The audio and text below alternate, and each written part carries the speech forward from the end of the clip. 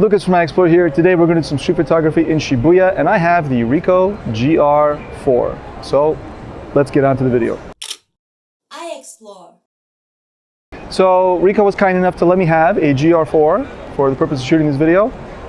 We did already shoot one for their channel, which was kind of like a first impression. In the video here on our channel, I want to actually compare it directly with the Ricoh GR3. I have the GR3 in my bag, it's the GR4.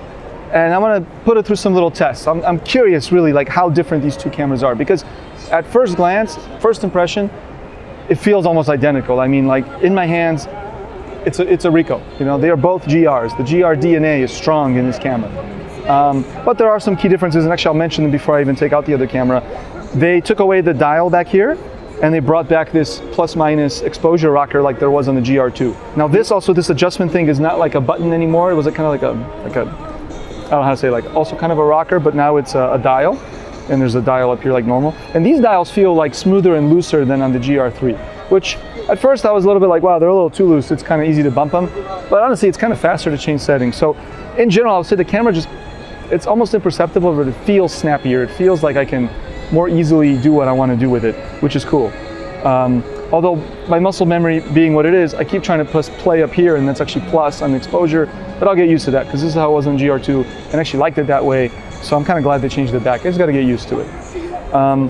And then the other thing is like the stuff that, you know, let's look at the specs, it's like the same. So like the resolution's the same, the lens is the same, it's an f2.8, 28mm equivalent lens, but it seems like things have improved. So that's what I want to compare. I want to really see like how the sensor performs at night, how the AF performs at night. That's a big question for me. And then another question is the battery life, which seems to be better on this camera. The battery is actually physically bigger, which is I think why they've replaced the SD card with a micro SD card slot. But I'm not sure if the battery's actually better. I think it is, but over the weekend I went on a little hike. That was my first time using the camera. I shot about 500 photos in 2 days, and I had like 2 bars left on the battery. Today here in Shibuya, I spent about 2 hours shooting, maybe something like that. I shot only about 300 photos and have 1 bar left. And I don't have a second battery, so we're gonna see how this works till the end of the video. It might die in the middle of it. But I don't know what determines that. I was very loose with the camera, like I left it on a lot, I left the screen on the back, and I just walked around like that. So it could be that I was just being a little bit too cavalier with it, but I don't know, the battery in theory should be a little bit better. Okay, so let's get shooting with the camera. Let's do something here with some reflections maybe. Okay. Now I've done this before, but I want to do it a kind of a different way. I could do something like this, where I have kind of layers going on here. There we go. Now just on its own, without even comparing, the AF feels really snappy. Like it feels snappier than what I've been used to on the GR3. But again, we're going to compare it here in a second, in a more controlled environment. I'm not going to do the comparison right here, because the light's changing here a lot from that screen deck there. You know, it's hard to compare in a situation like this. Yeah, but I mean, I like how the camera feels. I am happy that they didn't try to reinvent the camera and revolutionize it and change like a million things and basically make a whole different camera. It is essentially a Ricoh GR, and I think that's important. I think that's what Ricoh was going for. I have really no idea if that was the intentional, but I feel like they've always been hesitant to make drastic changes in the camera because, you know, there's people really like this form factor. So I'm glad it still fits in my pocket. It still, you know, fits in my hand right. I still do the thing where I can wrap the strap around my thumb like that and it feels comfortable. I mean, like, it's the same camera. I feel totally at home in it, and I'm glad about that. If they'd changed a million things, I would have been unhappy. Now, I'm sure there's already people typing up comments like, why didn't they add a flashback? Yeah, it would be cool if it had a flash, but I guess there's only so much room in this camera. I don't think they're not putting the flash just to spite people. I'm fine without it having a flash. I don't know, I don't need a flash, so I'm okay with that. Okay, let's do a quick shot here.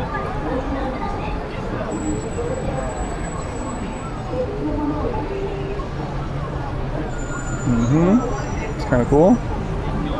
Not the best framing, because that other guy kind of came in and filled the frame in a bad way. But I love this little newspaper stand man. He's been there for years. So I'm going to turn the screen off for now. Try to save that last bar of battery. Again, I'm a little torn because technically on paper the battery's bigger. Like it's like a 1300 something milliampere battery in the GR3, and it's an 1800 milliampere battery in the GR4. So, and it is physically a little bit bigger as well. so it should have more juice. But like I said, today it hasn't lasted as long. It's kind of on par with the GR3. But again, I was really, really loose with it today because I thought, okay, the battery's bigger, so let's just be cavalier with it.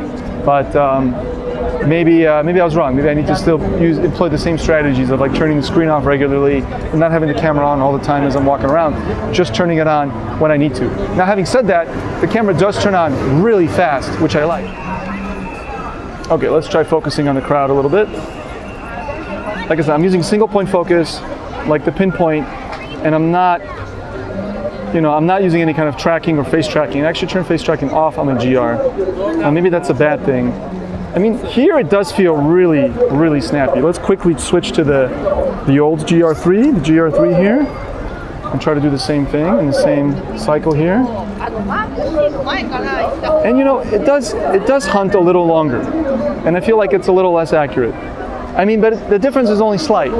So, you know, and of course this isn't like a perfect test because it's different people, right? But see, there we go. There the GR3 missed, and it missed that one too. So, I mean, like, yeah, for sure. So my initial perception when I picked up the 4 is that it is better. You know, that just like from using this one for years, I felt it's better. And I feel like I'm confirming that for myself. I could be just biased, I admit, but I feel like, yeah, it's better. It's a little bit better. So that's good. But now this was, again, not a very scientific test, but I feel like, I don't know, maybe I'm just trying to convince myself, but it did feel better. And I mean, like, the photos will be on the screen, of course, at least some of them. I'm not going to put all those photos. They were not very interesting photos. They're just random people walking by. But I do feel like this one nailed things a little bit better in terms of, you know, it felt snappier. And looking at them here, they are more in, like, they're very in focus. On the GR3, you know, on this size screen, when looking at here, they look kind of sharp. But I know from experience that when I open them later, they're going to be soft. These look actually tack sharp. So that's a nice improvement. So now I'm going to try the tracking focus, the tracking autofocus. All right, let's find a face or somebody that we can track. And you know, it's very dark out here. This is a very, you know, not a very good place to shoot, like in terms of light. And I mean, like the GR4, excuse me, this is the 4, is tracking pretty well. Now, I never liked the tracking in the GR3. I found it kind of lackluster, so I never really used it. Okay, so I'm hoping that it's improved. I don't really feel it's necessary to use it, but I just feel like tracking AF is a kind of you know, a good test of a camera because it's difficult for the camera to track, especially in these low light conditions. You know, even like the best cameras in the market sometimes mess this stuff up. And yeah, see, like the tracking when it did lock on seemed kind of the same, but the photos seem a little softer. Again, I have to compare them more carefully later. But also, what was I going to say is that it seemed like to not even get the track in the first place. Like it didn't lock on as well. Okay, let's go somewhere else and do a low light comparison. I'm going to shoot the same scene at 6400 ISO on both cameras and just see how it looks like in terms of noise and stuff. Okay, so I'm going to do this first with the GR3, just to start with the older camera. And I'm gonna, you know, do a very fast shutter here for no reason other than to just get the ISO up to 6400, okay? Just to really show the noise performance. And so there we go, f2.8, 2500th of a second, f64 or 6400 ISO, okay? And then we're gonna do the exact same frame with the exact same settings with the GR4, okay?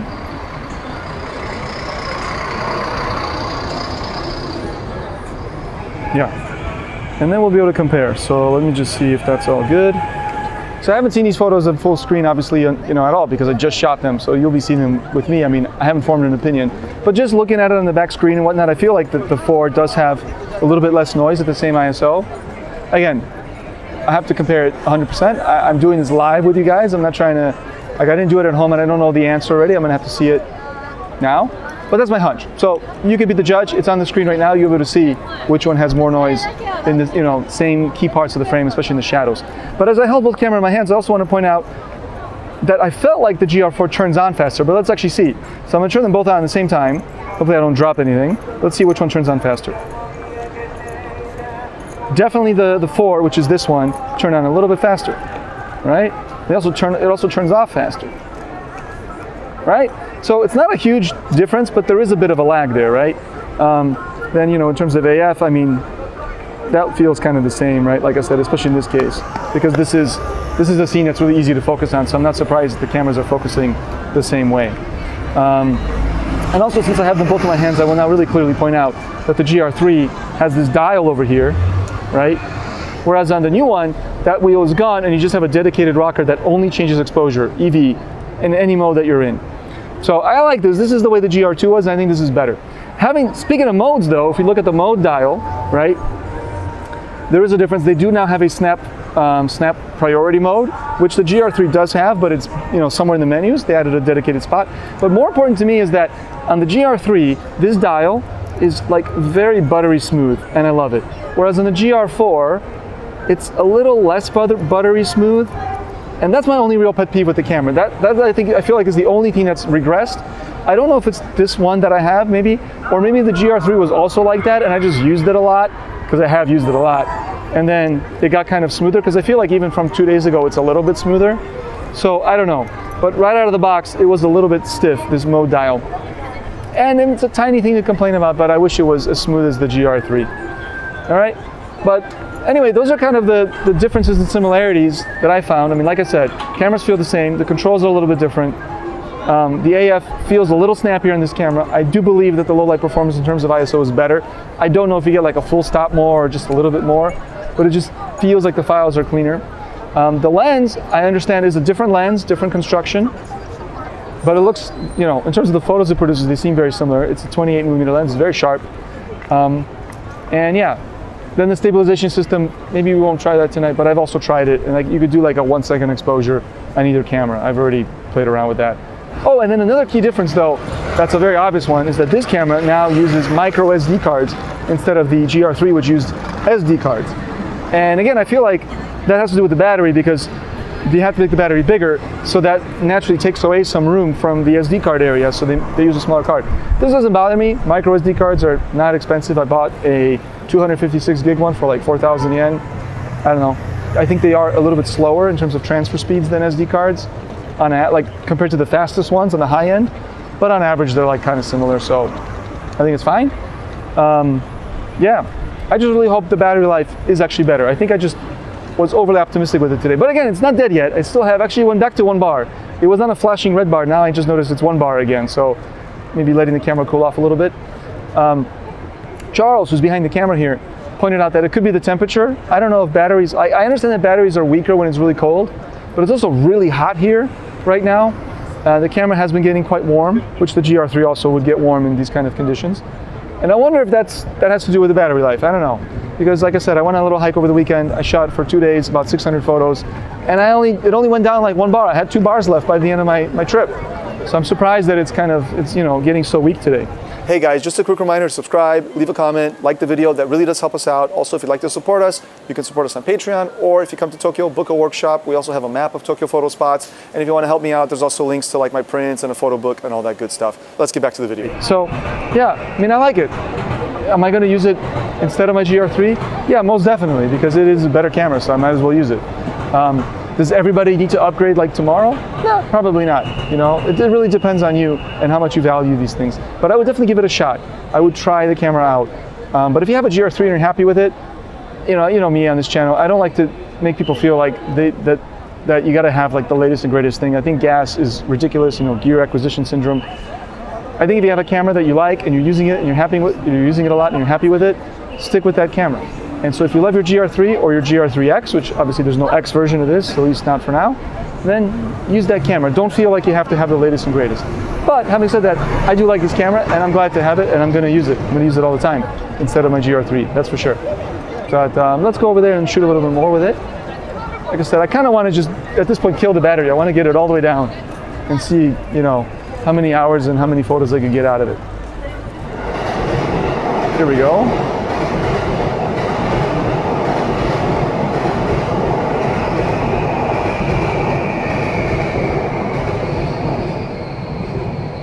Nice, how's that looking? Oh yeah, beautiful. Okay, let's move on. So in that regard, the GR4 does not disappoint. I mean, just like its predecessor, it can do a 1 second exposure handheld. So the IBIS is awesome. I don't know if they improve that. Again, I don't even know how I would test that. I guess push the time longer and longer and see which one. But it's, you know, eventually, even on like 2 seconds, it can still do it. It's just inconsistent, where sometimes it'll miss, sometimes it won't. Even on 1 second, like, it won't nail 100% of long exposures.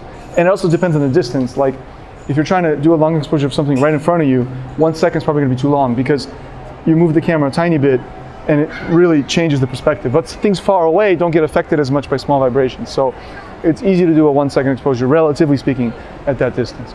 In any case, it's still got it. So it's great for that, which I'm happy about. Now I want to shoot this, and let's see. And you see here, like, just changing the settings right there was so quick with the new dials. I love it. I was able to get it up to, you know, from 1 second all the way to 1/320th, and in the same time change it to f2.8 from f8.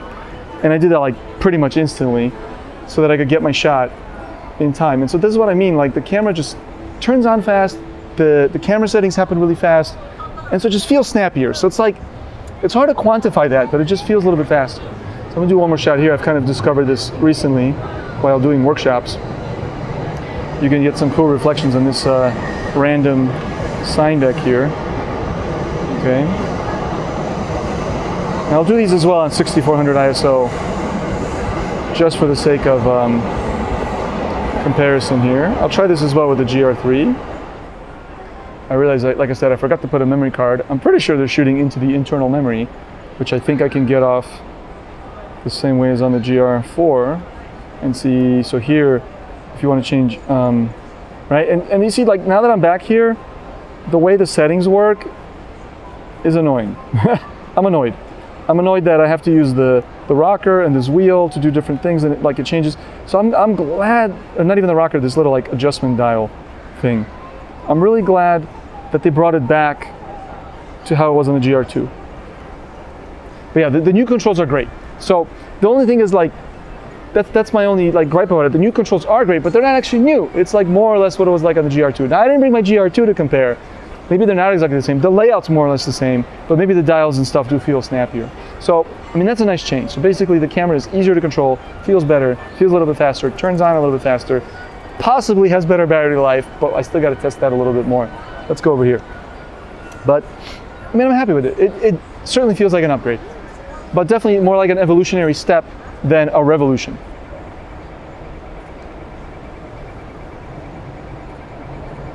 I'm gonna get a little closer. Actually, I'm gonna climb up here. Well, before I do that. Oh no, that's in that pocket. Okay, great.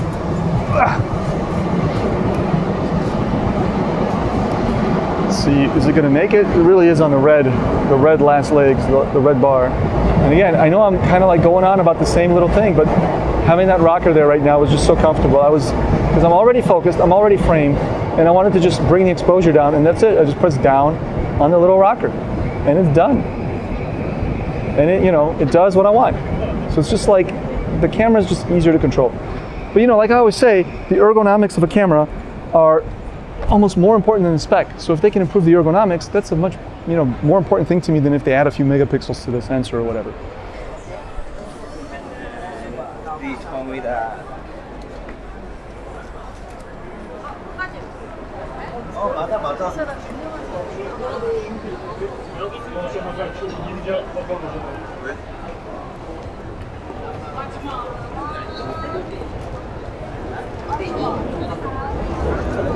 So yeah, now I'm back up to 1 bar. So like, I wish there was a more specific battery readout, like in my other camera, like in my Nikon. It says, you know, I can actually look at the menus and it'll tell me a percentage.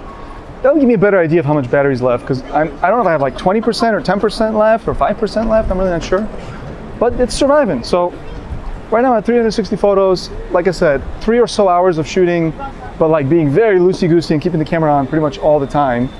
And it's still alive. So I feel like my GR3 would have been dead by now, but I'm really not sure. And I don't think I'm ever going to do a scientific battery test, because that's a pain in the butt. Somebody else will do that. This is not the YouTube channel for that kind of thing. This channel is more about how things feel and how you can use them to be creative, right? So that's pretty much it. Let me just try one more shot here with this smoking area. This is cool. This is actually a tough focus situation, because we're going to focus through glass. I'm not going to use snap. Oops. Turn on the menu by accident. I'm going to try to get a cool shot here. We can slow down the shutter a little bit. Yeah. cool.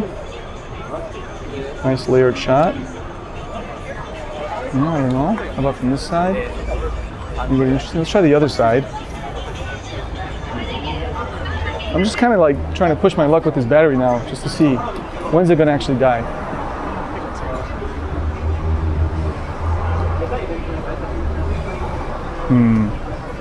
Well, here it focused on the glass. I mean, that's just what's going to happen in this kind of situation, because there's a lot of texture on the glass itself, so it kind of can't be helped. Yeah. Get this lady.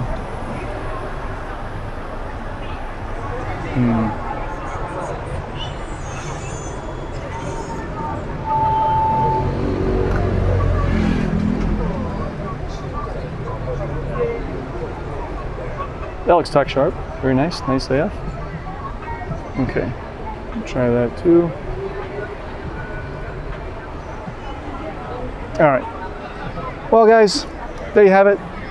The Ricoh GR4 with the, informal comparison to the GR3, more based on my perception. It's very subjective. I'm trying to say it's very subjective. I fully admit that this comparison is very subjective. It was only slightly scientific, a little bit. But yeah, I mean, I like the camera. It will definitely be my main shooter for a while, especially in the usual cases where I use my GR, right? So like when I'm just going out, keep the camera in my bag, it's going to be this one. I see no reason to use the GR3 if I have this camera. But can I answer the question, should I upgrade? People are thinking that, should I upgrade? Lucas, what are you going to say? Should I upgrade? I'm going to say, I really don't know. It depends on your budget. It depends on, if money's not an issue, then yeah, I'll upgrade. It's everything a GR3 has, but a little bit better, right? In some cases, again, like with the battery life, it might even be a lot better, but I'm not sure yet. So, and the controls are definitely better. Like I said, the way things are laid out is better. So that could be worth it to some people, but for some people, maybe not. I really cannot say. But I will just say, as my general philosophy, if you're happy with the camera that you have and you like using it and it feels great, stick with it. Also, if you already have a GR4, tell me in the comments, tell me your opinion. I'd love to hear what you guys think about the camera as well. All right, so thank you guys so much for watching. I'll catch you guys in the next video, and remember always, challenge your eye.